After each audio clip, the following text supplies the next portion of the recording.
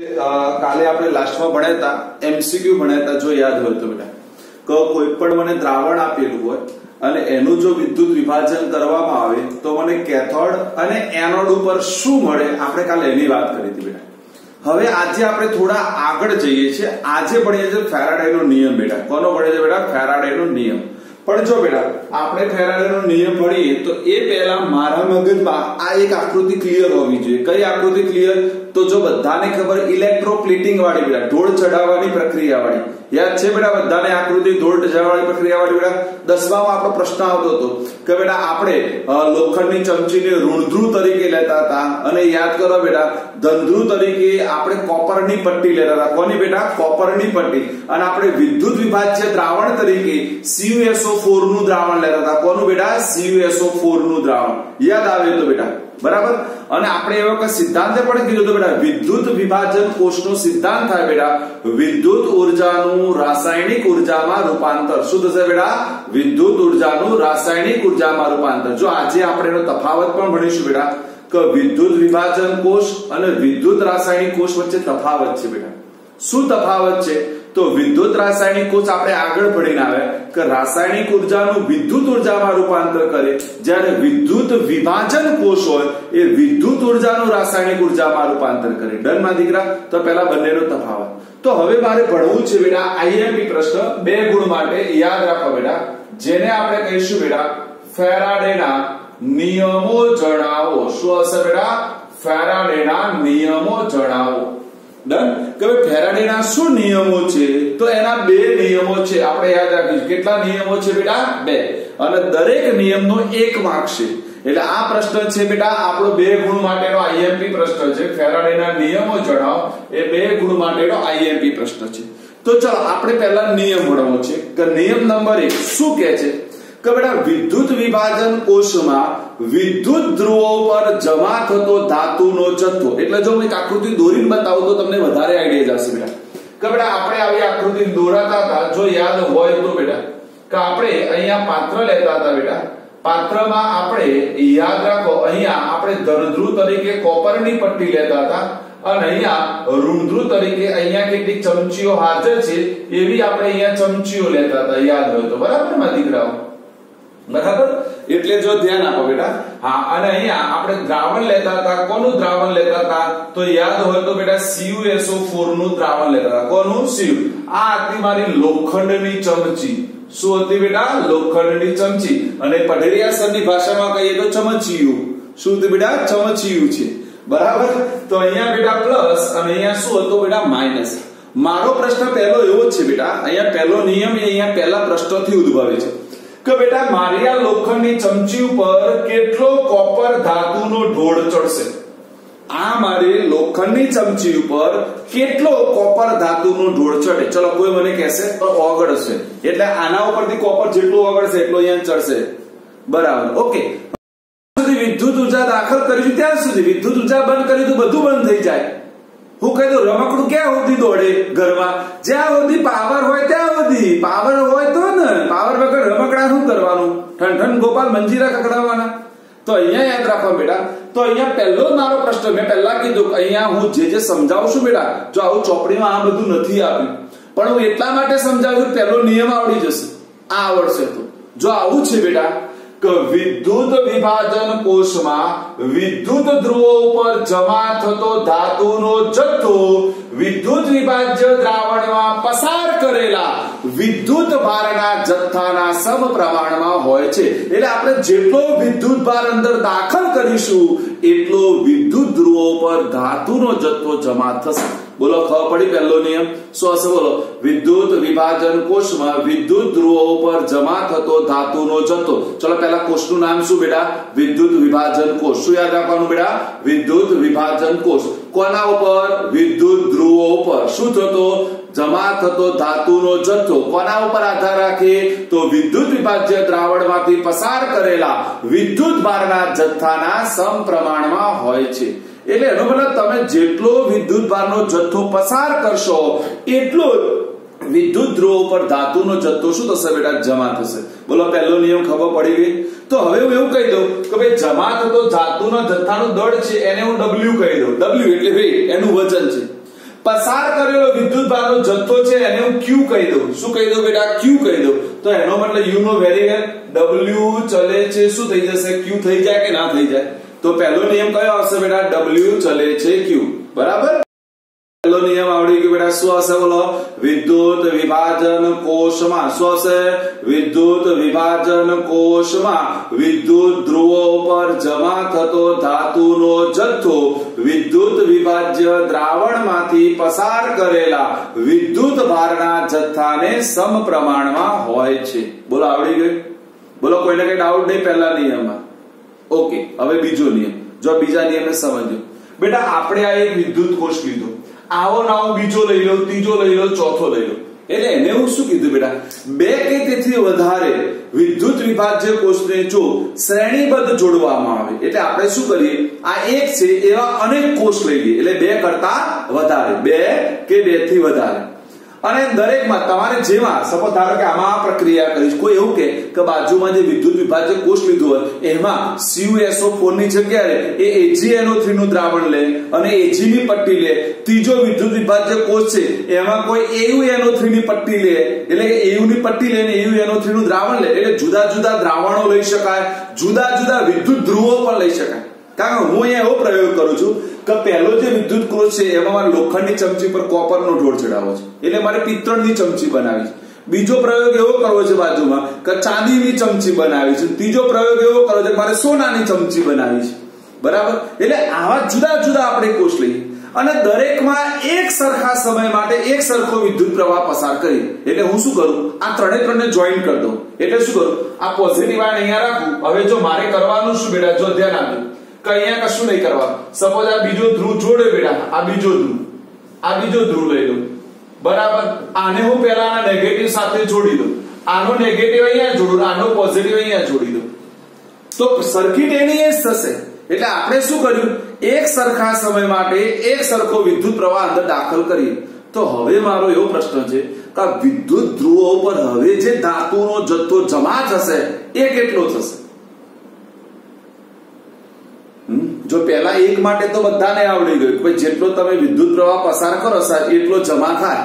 પણ બીજા માટે શું? તો બીજા માટે યાદ રાખો એના વિદ્યુત રાસાયણિક તુલ્યાંકના સમપ્રમાણમાં હોય. શબ્દ યાદ રાખીશું. કયો બેટા? વિદ્યુત રાસાયણિક તુલ્યાંકના સમપ્રમાણમાં. તો પહેલો પ્રશ્ન થાય અહીંયા બેઠેલાને કે સાહેબ પહેલા અમને એ સમજાવો કે વિદ્યુત રાસાયણિક તુલ્યાંક એટલે શું? તો સમજાવી દઉં. જો તો પહેલો સમજાવું છું, પછી નિયમ કે બધા યાદ રાખીશું બેટા કે વિદ્યુત રાસાયણિક તુલ્યાંક નો મતલબ થાય પરમાણ્વીય દળ ભાગ્યા સંયોજકતા. શું યાદ રાખવાનું બેટા? પરમાણ્વીય દળ ભાગ્યા સંયોજકતા. શું યાદ રાખીશું બેટા? પરમાણ્વીય દળ ભાગ્યા સંયોજકતા. હવે હું તમને સૂત્ર શીખવાડું. સપોઝ મારે કોપરનો વિદ્યુત રાસાયણિક તુલ્યાંક શોધવો છે. કોનો બેટા? કોપરનો. તો ચલો, કોપરનું પરમાણ્વીય દળ છે 63.5 છે. કોપરનું પરમાણ્વીય દળ કેટલું છે બેટા? 63.5. હવે કોપરની સંયોજકતા બધાને આવડે. કેટલી છે બેટા? +2 Cu2+. તો એનો મતલબ શું થશે કે 63.5 ભાગ્યા 2 કરું અને એનો જે પણ આન્સર આવે હા તરત શોધવા મળી પડશે. પણ મને મોઢે આવડે 31.75 થાય. હવે તમારી કેલ છે ને, મારું મગજ બે હરખું દોડે. બરાબર. શું થઈ જાય બેટા? 31.5 થાય. હા, ટેલી કરવાની જરૂર નહીં. હા બરાબર. તો ચલો બેટા. તો બેટા દેખો આ એનો વિદ્યુત રાસાયણિક તુલ્યાંક તો આટલો જથ્થો જમા થાય. કેટલો થાય? એના વિદ્યુત રાસાયણિક તુલ્યાંક જેટલો. બોલો ખબર પડી બધાને? તો એનો મતલબ કોઈ પણ વિદ્યુત રાસાયણિક તુલ્યાંક હું તમને Ag નો વિદ્યુત રાસાયણિક તુલ્યાંક કહું બેટા તો Ag નું પરમાણ્વીય દળ U નો વેરિયેબલ બધાને ખબર છે 108 છે. કેટલું છે બેટા? 108. એની સંયોજકતા 1 છે. તો એનો મતલબ એનો વિદ્યુત રાસાયણિક તુલ્યાંક કેટલો થશે? 108 જ થવાનો. કારણ કે 108 ભાગ્યા 1 કરો તો 1 જ થવાનું. એટલે તમારે કોઈ પણ નો વિદ્યુત રાસાયણિક તુલ્યાંક શોધવો હોય તો શું કરીશું માં દીકરાઓ? બોલો બધાને આવડે? બોલો સૂત્ર મગજમાં ક્લિયર કરો. પરમાણ્વીય દળ ભાગ્યા સંયોજકતા શું આવશે? પરમાણ્વીય દળ ભાગ્યા સંયોજકતા. બોલો આવડી જાય બધાને? આવડી જાય. તો જો હવે શું કીધું છે? હવે બીજો નિયમ. જો પહેલો નિયમ આવડી ગયો.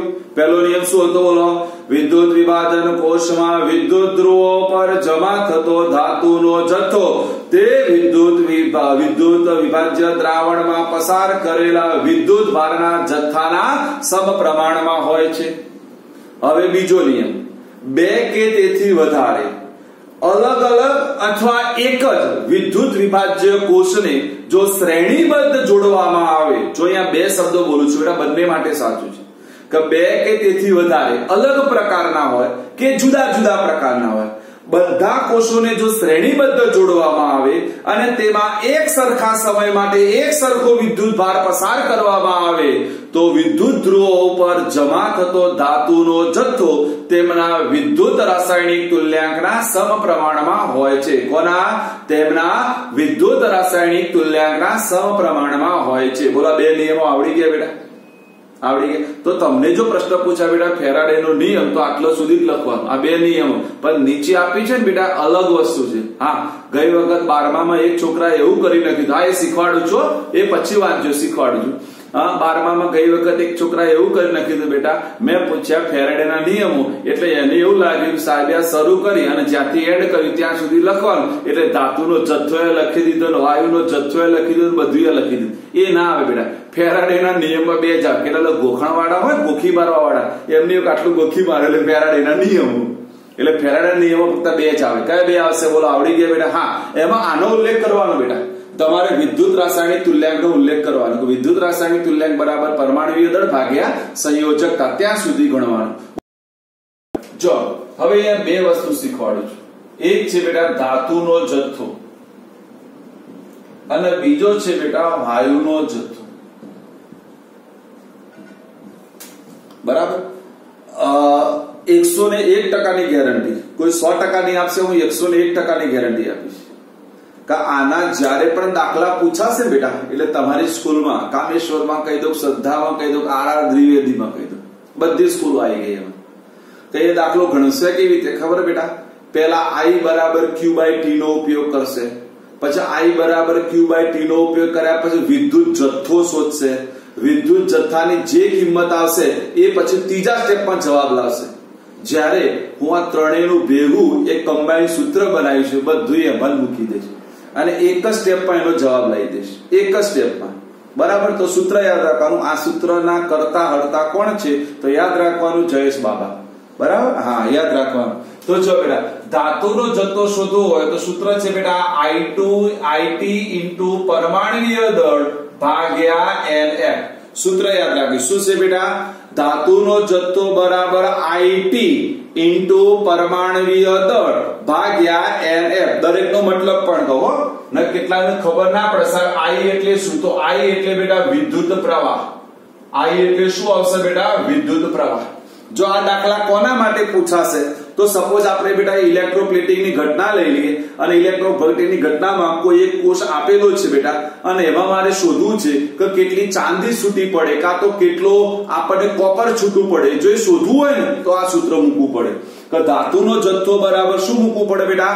IT ઇન્ટુ પરમાણુય દળ ભાગ્યા શું આવશે બેટા? NF. તો I ફોર વિદ્યુત પ્રવાહ, અને વિદ્યુત પ્રવાહનો એકમ આપણે બધાને ખબર બેટા, આ આપણે હંમેશા એમ્પિયરમાં લઈશું. શામાં લઈશું બેટા? એમ્પિયરમાં. એટલે તમને મિલી એમ્પિયર આપ્યા હોય, માઇક્રો એમ્પિયર આપ્યા હોય તો પહેલું એનું કન્વર્ઝન એમ્પિયરમાં કરવાનું. શામાં કરવાનું બેટા? એમ્પિયર. એટલે મારો વિદ્યુત પ્રવાહનો એકમ હર હંમેશ માટે એમ્પિયરમાં જોઈએ. બરાબર? પછી T આવશે. T એટલે સમય. મારે સમય હંમેશા સેકન્ડમાં જોઈએ. સમય હંમેશા શામાં જોઈએ બેટા? સેકન્ડમાં જોઈએ. હે ને? એટલા માટે ભગવાન પણ કહે કે દરેક સેકન્ડની કિંમત હોય છે. જો અહીંયા દરેક સેકન્ડની કિંમત હોય છે બેટા. હા, એટલે ધ્યાન આપીશું. બરાબર? પરમાણુય દળ વિશે બધાને આવડે. તો N બરાબર ઇલેક્ટ્રોનનો ફેરફાર. N બરાબર શું આવશે બેટા? ઇલેક્ટ્રોનનો ફેરફાર. અને F you know very well, F એટલે ફેરાડેનો અચળાંક. શું આવશે? F એટલે ફેરાડેનો અચળાંક. મેં તમને ગઈ વખતે પણ કીધું હતું કે બેટા એની એક્ઝેક્ટ વેલ્યુએશન છે 96487 કુલમ્બ મોલ ઇન્વર્સ. પણ કોઈને આ ના લખવી હોય તો મેં એવું પણ છૂટ આપી હતી 96500 કુલમ્બ મોલ ઇન્વર્સ લખશો તો પણ ચાલશે, જો યાદ હોય તો. બરાબર બેટા? એટલે F for Faraday not other meaning. બરાબર? એટલે F નો મતલબ થશે બેટા ફેરાડે થશે. બરાબર. એટલે કેટલાક લોકો હસી લે છે એટલે મારે એમને જવાબ આપવો પડે બેટા. તો ચલો પહેલું સૂત્ર આવડી ગયું. ધાતુનો જથ્થો શોધવાનું સૂત્ર કયું બેટા બોલો હેડો. જો ફરીથી કહી દો બેટા, આનો એક જ દાખલો તમારા સ્વાધ્યાયમાં ઉદાહરણ તરીકે આપેલો છે, ચોપડીમાં એક જ ઉદાહરણ છે, પણ આના વિચિત્ર દાખલાઓ મારી પાસે 10 રેડીમેડ બનાયેલા છે જે હું તમને ગણાવીશ બેટા. બરાબર. પણ મેં ફરીથી કીધું દાખલા બધા જ આપણે લોકડાઉન ઓપન થશે પછી જ ગણીશું. કોઈ દાખલો અત્યારે હા અહીંયા કામ બેટા એનો મતલબ કહી દો. દાખલામાં શું હોય બહુ સમજવાનું બેટા. આ બોર્ડ ઉપર કેટલી વખત હું લખું છું ને અત્યારે આ શબ્દો છે એટલે તમને ખબર પડી જાય. દાખલામાં બેટા વેલ્યુએશન આવે અને વેલ્યુએશન જો વ્યવસ્થિત સમજણ ના પડે બેટા તો દાખલાનો કોઈ મતલબ ના રહે. એટલે જો ધ્યાન આપીશું તો આપણને ધાતુનો જથ્થો બરાબર ખબર પડી ગઈ. તો એ રીતે કોઈ પણ વાયુનો જથ્થો શોધવો હોય કારણ કે આપણે ભણીને આવે બેટા કે કેથોડ ઉપર હંમેશા ધાતુ મળે અને મેં લાસ્ટ લેક્ચરમાં વાત કરી હતી એનોડ ઉપર હંમેશા વાયુ મળે. શું મળે બેટા? વાયુ મળે. તો મારે વાયુનો જથ્થો શોધવો હોય તો પછી મારું આ સૂત્ર વપરાશે નહીં. જ્યાં વાયુનો જથ્થો આવે ત્યારે સૂત્ર બદલાઈ જાય. શું આવશે બેટા? યાદ રાખીશું IT * RT ભાગ્યા PNF. શું યાદ રાખીશું બેટા? IT * RT ભાગ્યા PNF. મતલબ સમજી લે. આનો મતલબ શું થાય મારા દીકરાઓ? જો I નો મતલબ બધાને આવડી ગયો. I એટલે વિદ્યુત પ્રવાહ એમ્પિયરમાં, T એટલે બધાને ખબર પડી ગઈ, T એટલે સમય સેકન્ડમાં, R એટલે વાયુ અચળાંક બેટા. R એટલે શું યાદ રાખીશું બેટા બોલો? વાયુ અચળાંક. અહીંયા વાયુ અચળાંકની કિંમત હર હંમેશ માટે 0.08314 લઈશું. એટલે 0.08314 આ હંમેશા કાં તો તમારે લખવું હોય તો આ લખી દેવાની 8.314 ગુણ્યા 10⁻². બરાબર. અહીંયા R ની કિંમત ફિક્સ કઈ લેવાની છે બેટા? 8.314 ગુણ્યા 10⁻². ચલો T એટલે તાપમાન. આપણને જે તાપમાન કીધું હોય તે કેપિટલ T નો મતલબ થાય તાપમાન. P એટલે થશે બેટા દબાણ. P એટલે શું થશે? દબાણ. N એટલે U નો વેલ્યુ શું હશે? N એટલે બેટા બોલો ઇલેક્ટ્રોન નો ફેરફાર અને F એટલે ફેરાડે નો અચળાંક. બોલો શોર્ટ સીમ આવડી ગઈ બધાને? હું ફરીથી કહું છું કે બેટા આ જે બધી વસ્તુ આપું છે ને સૌથી અગત્યની છે. ડન. ચલો આવડી ગયો પહેલો પ્રશ્ન. ડન. બધાને શોર્ટ સ્કીમ સાથે ખબર પડી ગઈ.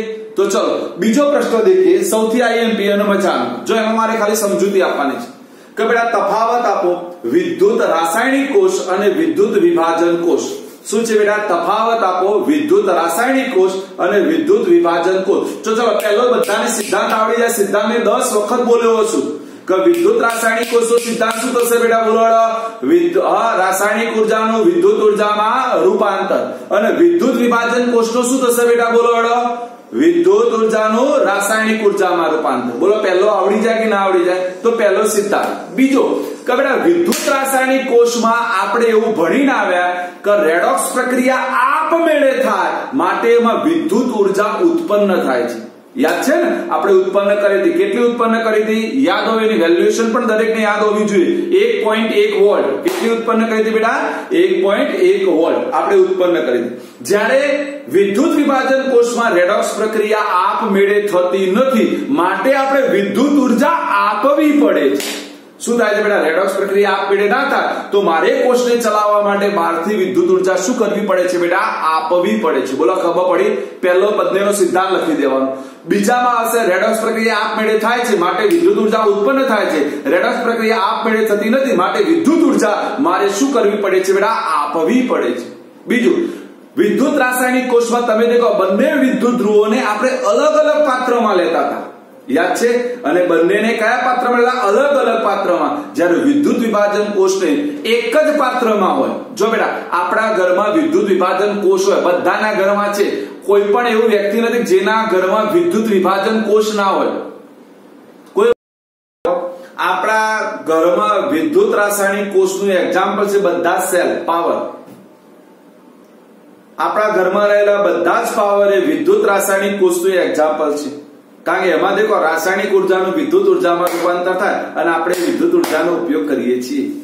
બધા સેલ અને કેવી રીતે ભજવે છે, કયા કયા પાત્રો છે હમણાં હું દોરીને સમજાવીશ. આપણે હમણાં હાલ પ્રશ્ન છે આપણે ભણવાના જ છે બધા સેલ એટલે એની ચર્ચા કરીશું.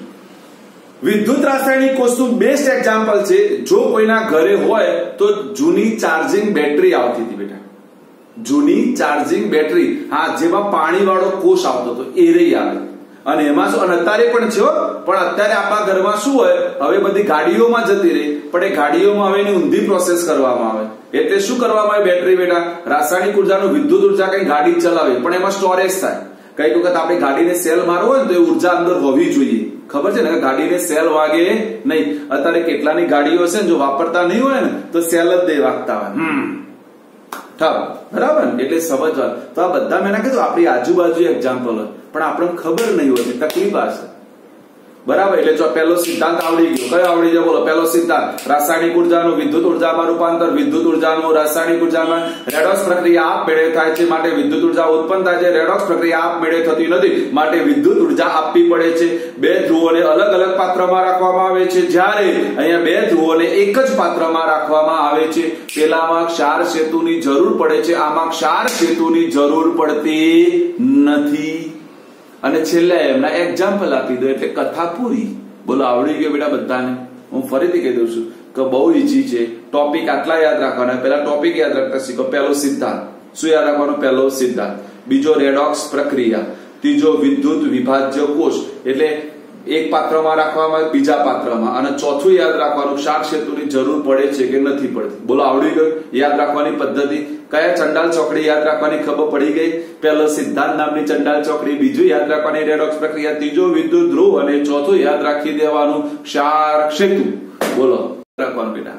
આ ચેપ્ટર માંથી થિયરી પૂછવાના 90% ચાન્સ હવે જે ભણાવું છું થિયરીમાં, 90% થિયરી હવે જે ભણાવું છું એમાંથી જ પૂછાશે. એટલે એનો મતલબ હવે જે 4 પ્રશ્નો છે એ તમારા માટે સૌથી અગત્યના, અને ચારે ચારને શોર્ટ સ્ક્રીમમાં આજે હું અહીંયા જેટલા બનશે આજે પૂરા કરીશ. ભણવો છે હવે કોષ. તો કોષના બેટા 2 પ્રકાર, એક પ્રાથમિક કોષ અને બીજો છે બેટા દ્વિતીયક કોષ. કોષના કેટલા પ્રકાર બેટા? 2. કયા કયા બેટા? પ્રાથમિક કોષ અને બીજો છે બેટા દ્વિતીયક કોષ. એટલે ચલો પહેલો પ્રશ્ન આવડી ગયો. કોષના કેટલા પ્રકાર? તો 2. બીજો પ્રશ્ન આવડી ગયો. કયા કયા? તો પ્રાથમિક કોષ અને દ્વિતીયક કોષ. એટલે પહેલો પ્રશ્ન અહીંયા ઉદ્ભવ થાય કે સાહેબ પ્રાથમિક કોષ કોને કહેવાય અને દ્વિતીયક કોષ કોને કહેવાય? તો પહેલા વાત કરીએ બેટા પ્રાથમિક કોષ. એટલે જે કોષ લાંબા વપરાશ બાદ બિનઉપયોગી બને કે તેને પુનઃજીવિત ન કરી શકાય. એટલે જો બેટા આપણા ઘરે રહેલો સેલ, આપણે જેને પાવર કહીએ છીએ, એ પાવર લાંબા સમયગાળા બાદ શું બને છે? બિનઉપયોગી બને છે, બિન કાર્યક્ષમ બને છે, કે જેનો આપણે ફરીથી ઉપયોગ કરી શકતા નથી. હું ચાર્જેબલ સેલની વાત નથી કરતો, ફરી સમજી લઈશું બેટા. આપણે સાદા પાવર આવે છે એની વાત, કે ભાઈ આપણે એક વખત ઉપયોગ કરીને એને શું કહીએ છીએ બેટા? ફેંકી દઈએ છીએ. તો એવા બધા જ કોષને કયો કોષ કહેવાય બેટા? પ્રાથમિક કોષ કહેવાય. કયો કહેવાય બેટા? પ્રાથમિક કોષ, અથવા ઇંગ્લિશમાં એને બોલાય પ્રાઇમરી સેલ બોલાય. શું બોલાય બેટા? પ્રાઇમરી સેલ બોલાય. શું બોલીશું બેટા આપણે? પ્રાઇમરી સેલ બોલીશું. તો જો બેટા શું હશે? જે કોષ લાંબા વપરાશ બાદ બિનઉપયોગી બને છે અને તેને પુનઃ જીવિત કરી શકાતો નથી કે તેનો પુનઃ ઉપયોગ કરી શકાતો નથી, તેવા કોષને પ્રાથમિક કોષ કહે છે. ચલો શું આવશે બેટા? બોલો, બધાએ બોલવાનું છે. જે કોષ લાંબા વપરાશ બાદ, શું આવશે?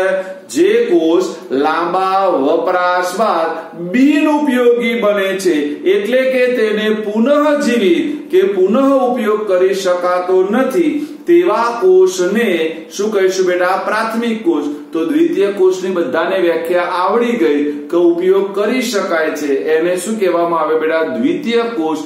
દ્વિતીય કોષને ઇંગ્લિશમાં કહેવાય સેકન્ડરી સેલ કહેવાય. શું કહેવાય બેટા? સેકન્ડરી સેલ કહેવાય. બોલો પહેલી વ્યાખ્યામાં ખબર પડી ગઈ બધાને બેટા?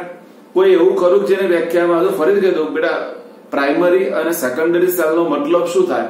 તો બંનેમાં ફરક આટલો છે કે બેટા જે કોષનો વારંવાર ઉપયોગ કરી શકાય એને સેકન્ડરી સેલ કહેવાય, અને જે કોષનો વન ટાઈમ યુઝ કરી શકાય એને બેટા યાદ રાખવાનું બેટા, એને પ્રાઇમરી સેલ કહેવાય. એટલે ઓનલી ફોર એક જ વખત યુઝ કરીએ તો એને પ્રાઇમરી સેલ, અને વારંવાર એનો ઉપયોગ કરીએ તો એને સેકન્ડરી સેલ કહેવાય. બરાબર? જેમ આપણી કેટલીક પેન પણ એવી હોય છે બેટા, આપણે યુઝ એન્ડ થ્રો વાળી પેન યુઝ કરતા હોય તો એને પ્રાઇમરી પેન કહેવાય, પણ એમાં રિફિલ ભરાઈ વાપરી રાખીએ તો એને સેકન્ડરી કહેવાય.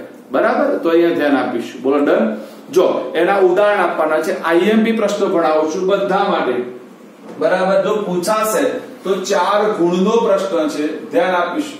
પ્રશ્ન છે બેટા સૂકો કોષ આકૃતિ સહ સમજાવો આપણને એમ ન પૂછે તો આવું પણ પૂછે બેટા પ્રાથમિક કોષ આકૃતિ સહ સમજાવો એમ ના પૂછે તો હજુ પણ પૂછે બેટા લેકલાન્સ સેલ અથવા લેકલાન્સ કોષ આકૃતિ સહ સમજાવો તો યાદ રાખો ત્રણ શબ્દથી પૂછી શકાય કયા કયા ત્રણ શબ્દો આવશે બેટા પહેલો પ્રાથમિક કોષ આકૃતિ સહ સમજાવો બીજો બેટા સૂકો કોષ આકૃતિ સહ સમજાવો ત્રીજો પ્રશ્ન હશે લેકલાન્સ સેલ અથવા લેકલાન્સ કોષ આકૃતિ સહ સમજાવો એટલે પહેલો અહીંયા પ્રશ્ન આવે સાહેબ આને લેકલાન્સ કોષ કેમ કહેવાનું તો એનો પહેલો જવાબ છે બેટા ઈસવીસન 1867 માં યાદ રાખીશું ઈસવીસન 1867 માં લેકલાન્સ નામના વૈજ્ઞાનિકે આ કોષ બનાવ્યો હોવાથી તેને લેકલાન્સ સેલ અથવા લેકલાન્સ કોષ કહે છે કઈ સાલમાં બેટા ઈસવીસન 1867 માં કઈ સાલમાં બેટા ઈસવીસન 1867 માં કોને બનાવ્યો તો બેટા લેકલાન્સ સેલ આપે તો માટે લેકલાન્સ છે તો નક્કી છે બેટા જેને કોષ શોધ્યો હોય એ એનું નામ આપે ને એનું નામ અમર થઈ જવાનું છે એની આકૃતિ હું એવી દોરીશ કે જેમાં બધું હું લખી દઈશ બેટા જો સમજો કે આપણે સૌપ્રથમ શું કરવાના છે તો દેખો બેટા સૌપ્રથમ આપણું આ જે બહારનું પડ છે આ સૌપ્રથમ બહારનું પડ એ આપણે ઝીંક ધાતુનું લેવાના છે કોનું લેવાના છે બેટા ઝીંક ધાતુનું કોનું લઈશું બેટા ઝીંક ધાતુ અને આ બહારનું જે ઝીંક ધાતુનું પડ છે એ એનોડ તરીકે કાર્ય કરશે કઈ રીતે કાર્ય કરશે બેટા એનોડ તરીકે એટલે જો આપણા ઘરે પાવર હોય બેટા જૂનો નવો નહીં નકર પછી આ તો શું કે લોકોને આપણે કહીએ શું અને સમજે શું બેટા બરાબર એટલે એવા લોકોની વાત કરશું જે લોકો મેન્ટલી સમજી શકે છે બેટા કે આપણા ઘરે જૂનો પાવર હોય વપરાઈ ગયો હોય તો એનું બહારનું જે પડ ખરું ને એને કંપનીનું જે નામ આપ્યું એને તમે ખોલી નાખજો તો તરત તમને પહેલું આખું ઝીંકનું પડ જોવા મળશે હા આપણા ઘરે બધાના ઘરે જેટલા પાવર છે બધામાં આવું હોય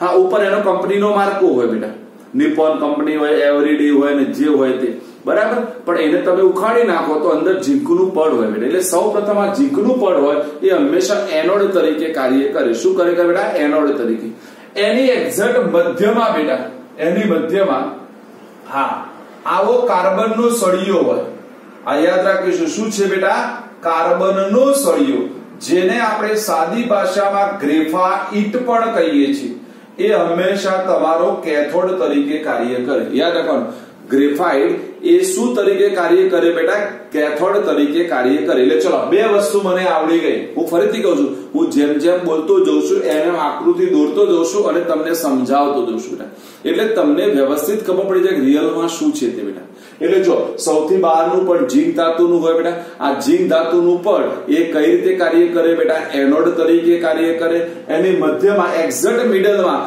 કાર્બનનો સળિયો જેને આપણે ગ્રેફાઇટ કહીશું એ કેથોડ તરીકે હોય શું હોય બેટા કેથોડ તરીકે હવે ભાઈ જો બીજી બે પેનનું યુઝ કરું છું એટલા માટે કે લોકોને ખબર પડે બરાબર બેટા પહેલું અહીંયા એક પડ ચડાયેલું હોય જોજો ધ્યાન આપજો બેટા હું અહીંયા મધ્યમાં એક આવી લાઈન દોરી દઉં છું બેટા આટલાથી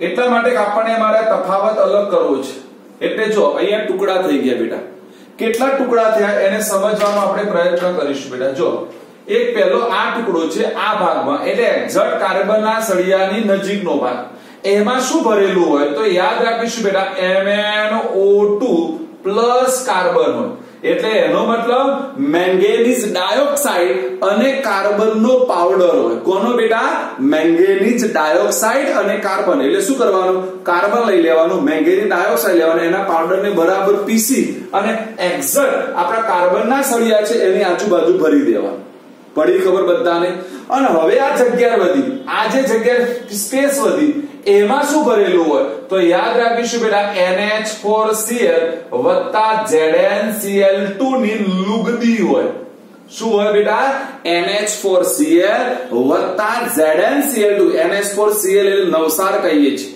અને ZnCl2 એટલે ઝિંક ક્લોરાઇડ થાય અને લુગદી કેટલાને ખબર છે લુગદી એટલે શું વોટ મીન્સ ઓફ લુગદી બેટા અર્ધ ઘન કોઈ પણ વસ્તુ બનાવે એને લુગદી કહેવાય કે જે ઘન પણ ના હોય અને પ્રવાહી ના હોય એને લુગદી કહેવાય ખબર પડી તો અહીંયા જો પહેલી વસ્તુ સમજવાનો પ્રયત્ન કરીશ ચલો પહેલું બહારનું પડ એટલે કોણ આવશે ઝીંક ધાતુ ફરીથી કહી દઉં લખાણ બધું આવી ગયું કે સૌપ્રથમ પહેલું તો આ પર ટાઇટલ આપી દેવાનું કે ઈસવીસન 1886 માં લેક્લાન્સ નામના વૈજ્ઞાનિકે આ કોષની શોધ કરી હોવાથી તેને લેક્લાન્સ સેલ પણ કહે છે. પછી લેવાનું કે ભાઈ સૂકા કોષનો સૌપ્રથમ બહારનું પડ ઝીંક ધાતુનું હોય છે. આ ઝીંક ધાતુનું પડ એનોડ તરીકે કાર્ય કરે છે, જ્યારે મધ્યમાં કાર્બનનો સળિયો ગ્રેફાઇટ સ્વરૂપે હોય છે જે કેથોડ તરીકે કાર્ય કરે છે. તેની આસપાસ મેંગેનીઝ ડાયોક્સાઇડ અને કાર્બનનું પાવડર ભરેલો હોય છે, જ્યારે બાકીના ભાગ ઉપર એમોનિયમ ક્લોરાઇડ અને ઝીંક ક્લોરાઇડની લુગદી ભરેલી હોય છે. બોલો આવડી ગયું? આવડી ગયું કે ના આવડી ગયું બધાને લખાણ? જો પછી આપણે શું કરવાનું છે, જો આકૃતિમાં આટલું બતાવવાનું છે વધારે બેટા. આ કોષને અહીંયાથી પેક કરવામાં આવે, અહીંયાથી પેક કરેલો હોય એટલે આ જે પેકિંગ વાળો ભાગ છે એને લાખનું સીલ કહેવામાં આવે છે. લાખ રૂપિયાનું નહીં હોય, લાખ ધાતુ આવે એનું સીલ કરેલું હોય બેટા. અને અહીંયા આના ઉપર આવું ધાતુનું ઢાંકણ ચડાવેલું હોય. હા, જો કોઈ સેલ દેખ્યો હોય તો આવું આના ઉપર ધાતુનું શું ચડાવેલું હોય બેટા? ઢાંકણ ચડાવેલું હોય. એટલે બોલો ખબર પડી ગઈ આપણો પાવર એ શું છે રિયલમાં? તો આપણા પાવરમાં આવી રચના હોય. બોલો પેલું લખાણ પટ્ટી બધાને આવડી ગઈ? ખબર પડી? શું આવશે બોલો? બધા બોલીશું. કઈ ઈસવીસન 1867 માં લેક્લાન્સ નામના વૈજ્ઞાનિકે આ કોષની શોધ કરી હોવાથી તેને લેક્લાન્સ કોષ પણ કહે છે. આ કોષમાં સૌથી બહારનું પડ ઝીંક ધાતુનું હોય છે જે એનોડ તરીકે કાર્ય કરે છે, જ્યારે મધ્યમાં કાર્બનનો સળિયો ગ્રેફાઇટ સ્વરૂપે હોય છે જે કેથોડ તરીકે કાર્ય કરે છે. ગ્રેફાઇટના સળિયાની આસપાસ મેંગેનીઝ ડાયોક્સાઇડ અને કાર્બન ધાતુનો પાવડર હોય છે, જ્યારે બાકીના ભાગ ઉપર એમોનિયમ ક્લોરાઇડ અને ઝીંક ક્લોરાઇડની લુગદી ભરેલી હોય છે. બોલો આવડી ગયું? હવે જો હવે નીચું એટલે તમે પેજ ટર્ન કરશો તો બીજા પેજ ઉપરની પહેલી લાઈન થી હું ચર્ચા કરું છું બેટા. હવે આ જે લોકોએ મટીરિયલ એમના એમ કોપી કઢાવી હોય એની વાત છે, જેને લખેલું હોય એને તો ગમે ત્યાં હોઈ શકે. હું મારું જે લખેલું છે મને અક્ષરશઃ યાદ છે એટલા માટે હું એની વાત કરું છું. જો બેટા ધ્યાન આપો તો હવે શું કીધું ભાઈ, આમાં થતી કોઈ પણ રાસાયણિક પ્રક્રિયાઓ જટિલ છે. આ પ્રક્રિયાઓ એટલી એવું કહેવાય ને કે બેટા એટલી સરળ નથી કે તરત તમે આમ કહીને કે ભાઈ આનું એનોડ એટલે આનું ઓક્સિડેશન થયું, આનું રિડક્શન થયું, એવું નથી બેટા. આ પ્રક્રિયાઓ જટિલ છે અને કેવી રીતે કાર્ય કરે એ આપણે સમીકરણ સ્વરૂપે સમજીએ. એટલે હું બોર્ડ ઉપરથી આને હટાવી દઉં બેટા. બોલો ખબર પડી ગઈ બધાને? આકૃતિમાં કોઈને અહીંયાથી કોઈ પ્રશ્ન પૂછવો હોય તો પહેલા એની ચર્ચા કરી લો બેટા, પછી હું નેક્સ્ટ પ્રશ્ન ચર્ચા કરું. એટલે આનો નાનો સમીકરણ સમજાય. આમાં કોઈને કઈ ડાઉટ નથી બેટા? નહીં? ઓકે, તો ચલો હવે જો આપણે પ્રક્રિયાઓ ભણવી છે મારા દીકરાઓ, અને આ પ્રક્રિયાઓ કોઈ પણ કોષ ભણો બેટા તો એમાં કમ્પલસરી પ્રક્રિયા લખવી જરૂરી છે. પ્રક્રિયા વગર તમને માર્ક્સ મળશે નહીં બેટા. તો જો આપણે લખી દેવાનું કે ભાઈ સૂકા કોષમાં થતી પ્રક્રિયાઓ ખૂબ જ જટિલ છે જે નીચે મુજબ છે. એટલે પહેલું મારે પ્રક્રિયા લખવી છે બેટા એનોડ ઉપરની. કોની લખવી છે બેટા? એનોડ ઉપર. તો ચલો યુ નો વેરી વેલ, બધાને અહીંયા ખબર પડે છે, કોઈ એવું નથી જેને ખબર ના પડતી હોય કે બેટા એનોડ ઉપર હંમેશા ઓક્સિડેશન થશે, અને ઓક્સિડેશન થશે એટલે હંમેશા ઇલેક્ટ્રોન શું કરશે બેટા? ગુમાવશે. એ તો બધાને ખબર છે. ઓકે, એનોડ તરીકે આપણે શું લીધું બેટા? ઝીંક ધાતુ લીધો. તો અહીંયા નક્કી છે ભાઈ ઝીંક ધાતુ. હા, તો આપણે શું લઈશું? ઝીંક સોલિડ લઈશું બેટા, અને એનું રૂપાંતર Zn2+ એ પણ સોલિડ માં થશે, અને અહીંયા આપણને 2 ઇલેક્ટ્રોન શું કરશે બેટા? રિલીઝ કરશે. આ મારી પ્રક્રિયા થઈ એ ઓક્સિડેશન પ્રક્રિયા છે. પણ અહીંયા જે જટિલ પ્રક્રિયાની વાત કરું છું એ કેથોડ ઉપરની છે બેટા. જો આપણે બની ગયા કે ભાઈ કાર્બન એ અધાતુ છે બેટા. જો અહીંયા સમજવાનું છે, આટલું જેટલા સમજો ને એને બધી ખબર પડશે બેટા કે કાર્બન પોતે અધાતુ છે. હવે આપણે એવું તો ભણી ના આવે કે ભાઈ અધાતુ ઇલેક્ટ્રોન સ્વીકારે નહીં મળે, કારણ કે અધાતુ તો એમને કારણ વિદ્યુતનું વહન ના કરી શકે, પણ એને વિદ્યુતનું વહન કરવા માટે એની આસપાસ એક પડ ગોઠવ્યું છે. કોનું? તો મેંગેનીઝ ડાયોક્સાઇડ જે છે, આ મેંગેનીઝ ડાયોક્સાઇડ કાર્ય કરશે. એટલે જો આપણે લઈશું કોણ બેટા? તો અહીંયા આવશે આ મેંગેનીઝ ડાયોક્સાઇડ કાર્ય કરશે. એટલે MnO2 વત્તા બીજું કોણ આવશે? તો આપણે નવસાની લુગદી લીધી છે. આ નવસાની લુગદીમાંથી NH4+ આવશે. કોણ આવશે બેટા? NH4+ આવશે. અને આરે 2 ઇલેક્ટ્રોન મેળવશે. એટલે જો બેટા મેં તમને પહેલી લાઈન કીધી ને તો બેટા કોષમાં થતી પ્રક્રિયા ખૂબ જટિલ છે. જટિલ એના માટે કે એના દરેકનો ઉપયોગ છે. તમે દેખ્યો જો ઝીંક ધાતુની પટ્ટીનો એનોડ તરીકે ઉપયોગ થયો, બાકીનું બધું જે ભાગ હતો એ આખો કેથોડ તરીકે પ્રક્રિયા કરે છે. જો ચેક કરો બધો ભાગ, જો ચેક કરો આવી ગયો. જો MnO2 પછી આવ્યું NH4Cl અને પેલાએ માધ્યમ તરીકે કાર્ય કર્યું. કોને બેટા? ગ્રેફાઇટે માધ્યમ તરીકે કાર્ય કર્યું. અને જો આને 2 ઇલેક્ટ્રોન મેળવ્યા. જોજો અહીંયાથી કેટલા પ્રશ્નો બનાવશું સમજજો બધા બેટા. તો પહેલા મારા MnO2 નું શામાં રૂપાંતર થાય? તો યાદ રાખીશું બેટા MnO2 નું Mn2O3 માં રૂપાંતર થાય. યાદ રાખીશું MnO2 નું શામાં રૂપાંતર થાય બેટા? Mn2O3 માં રૂપાંતર થાય. એટલે એનો મતલબ મેંગેનીઝ ડાયોક્સાઇડ નું રૂપાંતર મેંગેનીઝ ટ્રાયોક્સાઇડ માં થાય. શામાં થાય બેટા? મેંગેનીઝ ટ્રાયોક્સાઇડ માં. એમોનિયમ ક્ષાર છે, મારો એમોનિયમ આયન છે. આ એમોનિયમ આયન નું બેટા એમોનિયામાં રૂપાંતર થશે અને મળશે બેટા પાણીનો અણુ. જો ધ્યાન આપજો બેટા, કેથોડ વાળી પ્રક્રિયા ખાસ યાદ રાખવાની છે, કારણ કે એનોડ વાળી પ્રક્રિયા તો અહીંયા બેઠેલા બધાને આવડે છે, કારણ કે એ તો તરત બોલી જાય કે Zn give Zn2++2 ઇલેક્ટ્રોન્સ. હવે લખી દો, પણ મેન યાદ રાખવાની છે કેથોડ બેટા. તો કેથોડમાં શું યાદ રાખીશું? બોલો કયો લઈશું બેટા? MnO2. શું આવશે? MnO2 પ્લસ બીજો કોણ આવશે? Ammonium ion. શું આવશે બેટા? એમોનિયમ આયન એટલે NH4 પ્લસ. આ 2 ઇલેક્ટ્રોન મુક્ત કરશે તો આ 2 ઇલેક્ટ્રોન શું કરશે બેટા? સ્વીકારશે. કારણ કે આપણે ભણીને આવ્યા કે એનોડ જે ઇલેક્ટ્રોન મુક્ત કરે એ કેથોડ હંમેશા શું કરે બેટા? સ્વીકારે. એટલે 2 ઇલેક્ટ્રોન સ્વીકારે. કોનું શામાં રૂપાંતર થયું? તો યાદ રાખવાનું MnO2 નું રૂપાંતર Mn2O3 માં થયું. NH4+2 એમોનિયામાં રૂપાંતર થયું અને પાણીનો અણુ મળ્યો.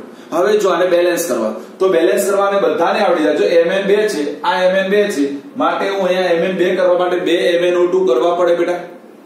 ડર. હવે દેખો તમારે શું કરવું પડશે કે હવે પાણીના અણુને બેલેન્સ કરવા માટે તમારે NH4+ આગળ પણ 2 મૂકવો પડશે અને એમોનિયા આગળ પણ 2 મૂકવો પડશે. એટલે જો તમારું આખું સમીકરણ બેલેન્સ થઈ જશે. બરાબર. પણ હવે જો બધાને કહું છું બેટા, હવે મારો પ્રશ્ન અહીંયા શરૂઆત થાય છે, જે મેં PDF માં તમને ઓલરેડી આપેલો છે પણ મારે સમજાવવો છે.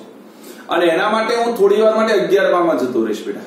જો બધાનું ધ્યાન અહીંયા બેટા, બધા અહીંયા દેખશે, બધા ખાસ ચેક કરીશું આપણે જે વસ્તુ મારે સમજાવીશું. જો બેટા આપણે અહીંયા ભણ્યા હતા, ચલો આપણે મારે આના ઉપરથી મારે Mn છે બેટા એનો ઓક્સિડેશન આંક ગણવું છે.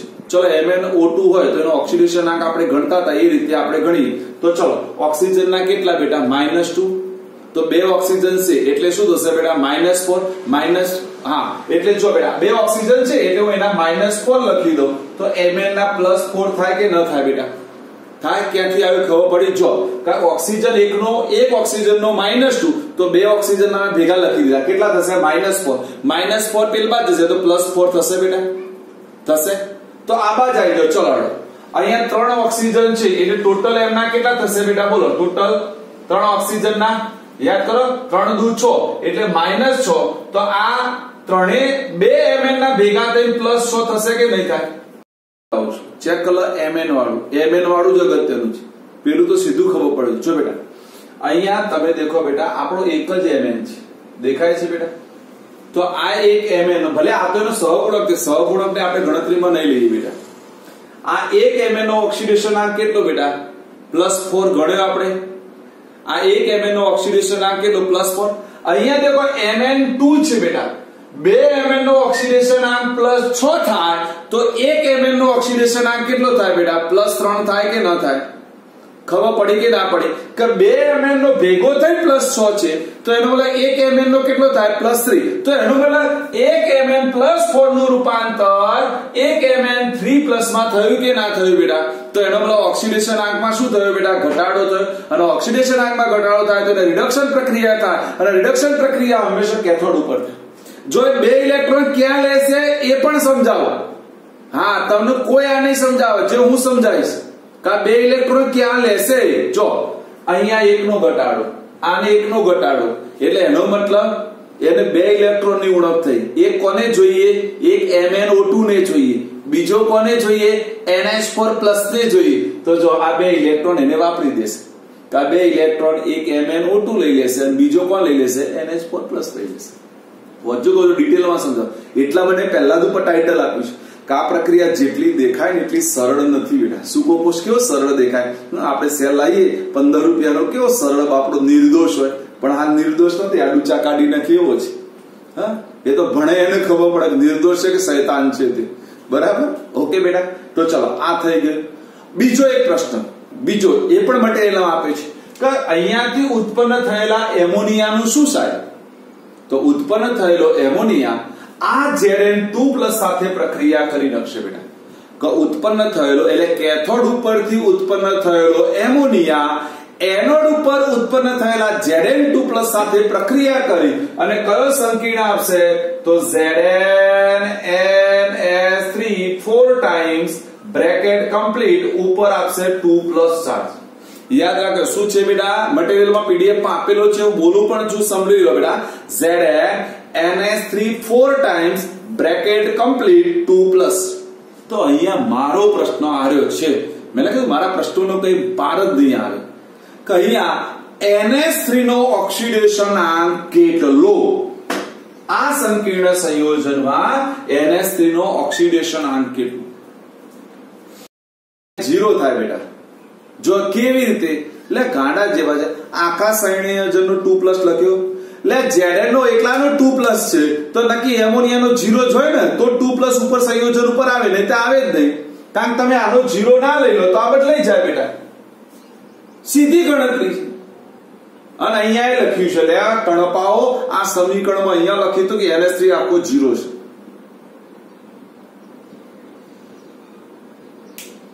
હા બેટા, હું ફરીથી કહું છું કે કઈક વખત કેમિસ્ટ્રીને અઘરું કરવું હોય બેટા તો અઘરા કરવાના રસ્તાઓ છે. તમે જેને સમજો, તમે તમારી સામે છે ને એ જ તમને ના દેખાય, એને કહેવાય કેમિસ્ટ્રી. બરાબર? એટલા માટે હું બધા પ્રશ્નો આપું છું. મેં ના કીધું કે હું ટોટલી આમાંથી એક પણ વસ્તુ મિસિંગ કરવા નથી માંગતો બેટા. હું એટલા માટે આ બધું ડીપમાં કેમ સમજાવું છું આ દીકરાઓ, તો તમારી એક પણ વસ્તુ આમાંથી રહી ના જાય, એક પણ એમસીક્યુ તમારો આમાંથી છૂટવો ના જોઈએ. હું એટલા માટે આટલું બધું ચર્ચાઓ કરું છું બેટા. તમે દેખો આમાંથી કઈ છોડ્યું નથી મેં. કયો ઇલેક્ટ્રોન ક્યાં જાય, શું આવે, કોનું કયામાં રૂપાંતર થાય, કોણ કોની સાથે જોડાય, કોનો કયો ઓક્સિડેશન આંક બદલાય, શું થાય, બધું જ આવડવું જોઈએ મારા દીકરા. એટલા માટે કહું છું કે હું નહીં કહેતો બધું હું તમને આપી દેવા માંગુ છું ટોટલી, કે મારી પાસે જેટલું કેમિસ્ટ્રી નોલેજ છે એટલું તમારી પાસે હોવું જ જોઈએ મારા દીકરાઓ, તો જ માર્ક્સ સારા આવે.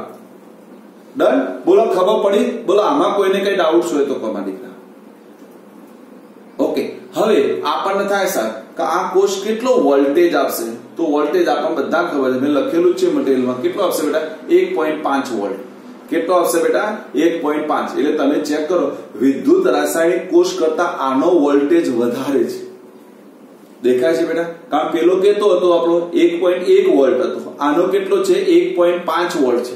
તો આવો આપણને પ્રશ્ન ના પૂછાય, આપણને બધાને ઊંધા રસ્તે ના લઈ જાય બેટા. જો ઊંધા રસ્તે લઈ જાઓ કે વિદ્યુત રાસાયણિક કોષની બાહ્ય પરિપથમાં સૂકો કોષ જોડવામાં આવે તો પ્રક્રિયા કઈ દિશામાં થાય? તો યાદ કરો આપણી છેલ્લી સી નંબરની કન્ડિશન. હા, શું થયું? હા, બધું ઊંધું થઈ જાય. થાય કે ના થાય? કારણ કે દેખો આપણે શું ભણાવ્યું હતું કે 1.1 વોલ્ટ કરતા બાહ્ય પરિપથમાં વોલ્ટેજ વધી જાય તો બધી પ્રક્રિયાઓ કેવી થાય બેટા? ઊંધી થાય. યાદ આવ્યું કે ના આવ્યું? મેં ના કીધું આ એના પ્રશ્નો છે બેટા. આ વસ્તુ મેં ના કીધું કેમિસ્ટ્રી અઘરું પડેલું રીઝન આ કે લોકો અહીંયાથી કમ્બાઈન કરે, અને એ જયારે કમ્બાઈન એને જ ખબર પડે કે જે રિયલમાં પ્રશ્ન સમજ્યો છે બેટા, એનો કોઈ પ્રોબ્લેમ નહીં આવે, કોઈ જગ્યાએ કોઈ પ્રોબ્લેમ નહીં આવે. બોલો, આવડી ગયો બધાને? હે ને? આપણે પહેલો પ્રશ્ન અને આ પ્રશ્નને મેચ પણ કરી નાખ્યું કે એની વચ્ચે શું કનેક્શન છે એ પણ સમજી લીધું બેટા. બોલો, સૂકો કોષ બધાને રેડી બેટા? પછીનો પ્રશ્ન દેખે છે, નાનો પ્રશ્ન છે, એ પણ 2 ગુણ માટે પૂછી શકાય બેટા. મર્ક્યુરી કોષ આકૃતિ, સોરી મર્ક્યુરી કોષ સમજાવે, એની આકૃતિ આપણે નથી દોરવાની અને આકૃતિ સમજવાની પણ નથી, ખાલી મર્ક્યુરી કોષ સમજાવો. જો મર્ક્યુરી પણ એક સૂકો કોષ છે. તમે સાહેબ મર્ક્યુરી કોષ, હા આ મર્ક્યુરી કોષ પણ તમે જોયેલો છે. તો આપણા યાદ રાખો પેલા નાના નાના સેલ આવે, નાના સેલ, ઘડિયાળના સેલ, બિલકુલ નાના, ધ્યાન આપો, ઘડિયાળમાં વપરાશે. તો એમાં આપણે શું સમજવાનું છે? એમાં આટલું સમજવાનું, એમાં પહેલા એનોડ તરીકે કોણ હોય? જો પહેલો પ્રશ્ન, તો મર્ક્યુરી કોષમાં એનોડ તરીકે ઝિંક સંરસ હોય. કોણ હોય બેટા? ઝિંક સંરસ. યાદ કરો, દ્રાવણનું વર્ગીક, હા ઘન દ્રાવણમાં સેકન્ડ પોઈન્ટ, ઘન પ્રવાહી, ઝિંક એમાલ્ગમ અને સોડિયમ એમાલ્ગમ. હું હજુ કહું છું, યાદ આવ્યું બેટા મારા દીકરાઓ? ઓકે, જો ફરીથી કહી દો, જેટલા લોકો વ્યવસ્થિત વાંચતા હશે ને બેટા એને 100% એટલી મજા આવશે અને કેમિસ્ટ્રી એટલું સરળ લાગશે જેની કોઈ મર્યાદા નહીં બેટા, અને એટલું રિયલમાં સરળ છે. બરાબર. જો તો યાદ રાખો એનોડ તરીકે કોણ વપરાય તો બધાને આવડી ગયું. કોણ આવશે બેટા? ઝિંક એમાલ્ગમ અથવા શું કહ્યું? ઝિંક સનરસ. કોણ આવશે? ઝિંક એમાલ્ગમ અથવા તો ઝિંક સનરસ. એટલે એનો મતલબ ઝિંક ધાતુ હોય એની સાથે મારો મર્ક્યુરી જોડાયેલો. મર્ક્યુરી એટલે પારો. ભલે તમે અમુક લોકો હોપારા જેવા રહ્યા, બરાબર, એટલે પારો જોડાયેલો હોય. કોણ હોય બેટા? એટલે ઝિંક વત્તા પારો હોય. કોણ હશે બેટા? ઝિંક વત્તા પારો. એ મારો એનોડ આવશે. શું આવશે બેટા? એનોડ. ચલો કેથોડ કોણ આવશે? તો જો કેથોડમાં સૌથી ઈઝી છે બેટા, સૌથી ઈઝી કે બેટા મર્ક્યુરી ઓક્સાઇડ આવશે અને એની જોડે કાર્બન આવશે. કોણ આવશે બેટા? મર્ક્યુરી ઓક્સાઇડ અને એની જોડે કોણ આવશે બેટા? કાર્બન આવશે. એટલે ચલો મર્ક્યુરી ઓક્સાઇડ નું અણુસૂત્ર શું થશે માં દીકરાઓ? કોઈ મને કહેશે HgO. શું થશે? HgO અને કાર્બન એટલે વત્તા કાર્બન. એ મારો શું બની જશે બેટા? કેથોડ. એટલે ચલો પહેલો પ્રશ્ન આવડી ગયો. ચલો એનોડ તરીકે ઝિંક સનરસ, એનોડ તરીકે ઝિંક સનરસ. ચલો પછી બેટા કેથોડ તરીકે મર્ક્યુરી ઓક્સાઇડ વત્તા કાર્બન. શું હશે? મર્ક્યુરી ઓક્સાઇડ વત્તા કાર્બન. અને લુગદી તરીકે કોણ આવશે? તો લુગદી તરીકે યાદ રાખવાનું બેટા ZNO આવશે વત્તા HgO એટલે KOH આવશે. ZNO વત્તા KOH. કોણ આવશે? ZNO એટલે ઝિંક ઓક્સાઇડ વત્તા KOH એટલે પોટેશિયમ હાઇડ્રોક્સાઇડ. એ તમારી લુગદી. જો હવે મારો એક પ્રશ્ન છે બેટા, પછી એના સમીકરણો દેખીએ. તમે કોઈ જગ્યાએ દેખી બેટા આપણે આ બંને કોષને નામ આપ્યું છે સૂકો કોષ. નામ શું આપ્યું? સૂકો કોષ. પણ બંનેમાં આપણે લુગદી વાપરી છે. હવે લુગદી એટલે પ્રવાહી, તો એનો મતલબ સૂકો કોષ રિયલમાં સૂકો કોષ હોય ખરો? ના હોય. કારણ બેટા યાદ રાખો કોઈ પણ સૂકી ડ્રાય વસ્તુ ઉપર વિદ્યુતનું વહન શક્ય નથી. કારણ વિદ્યુતનું વહન થવા માટે એમાં પ્રવાહી સ્વરૂપ હોવું જોઈએ. તો આપણને અહીંયાથી એક નાનો પ્રશ્ન આવો પૂછાય કે સૂકા કોષમાં લુગદીનો ઉપયોગ કેમ કરવામાં આવે છે? તો યાદ રાખજો, લખવું પડે સૂકો કોષ જો સંપૂર્ણ સૂકો હોય તો તેમાં વિદ્યુતનું વહન શક્ય નથી, માટે તેને લુગદી અંદર દાખલ કરવાથી તે વિદ્યુતનું વહન કરી શકે છે. મેં કીધું આ બધું યાદ રાખવાનું, નહીં તો ડૂચા નીકળી જશે. હા, જેને લખવું હોય ફરીથી બોલી દઉં છું, સાંભળી લો માં દીકરાઓ કે બેટા સૂકા કોષમાં સૂકો કોષ જો સંપૂર્ણ સૂકો હોય તો, જે લખતા હોય બોલું છું, સૂકો કોષ જો સંપૂર્ણ સૂકો હોય તો વિદ્યુતનું વહન શક્ય નથી. વિદ્યુતનું વહન શક્ય નથી. માટે વિદ્યુતનું વહન શક્ય બનાવવા માટે સૂકા કોષને ભીનો બનાવવા માટે લુગદીનો ઉપયોગ થાય છે.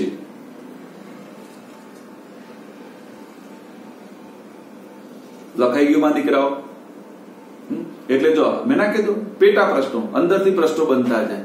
હા, તો આપણે ધ્યાન આપ્યું. જો હવે એના સમીકરણ દેખી લો. આના સમીકરણ સમજવા જેવું કઈ નથી એટલે હું કઈ સમજાવીશ નહીં, કારણ બધાને આવડે. આપેલા જ છે મટીરિયલમાં, એમાં કઈ છે નથી. કારણ આમાં કોઈનું રૂપાંતર કશામાં કરવાનું નથી બેટા. બરાબર, સીધું યાદ રાખી દેવાનું છે. એટલે આટલા સૂકા કોષ સુધી આપણું કામ પૂરું.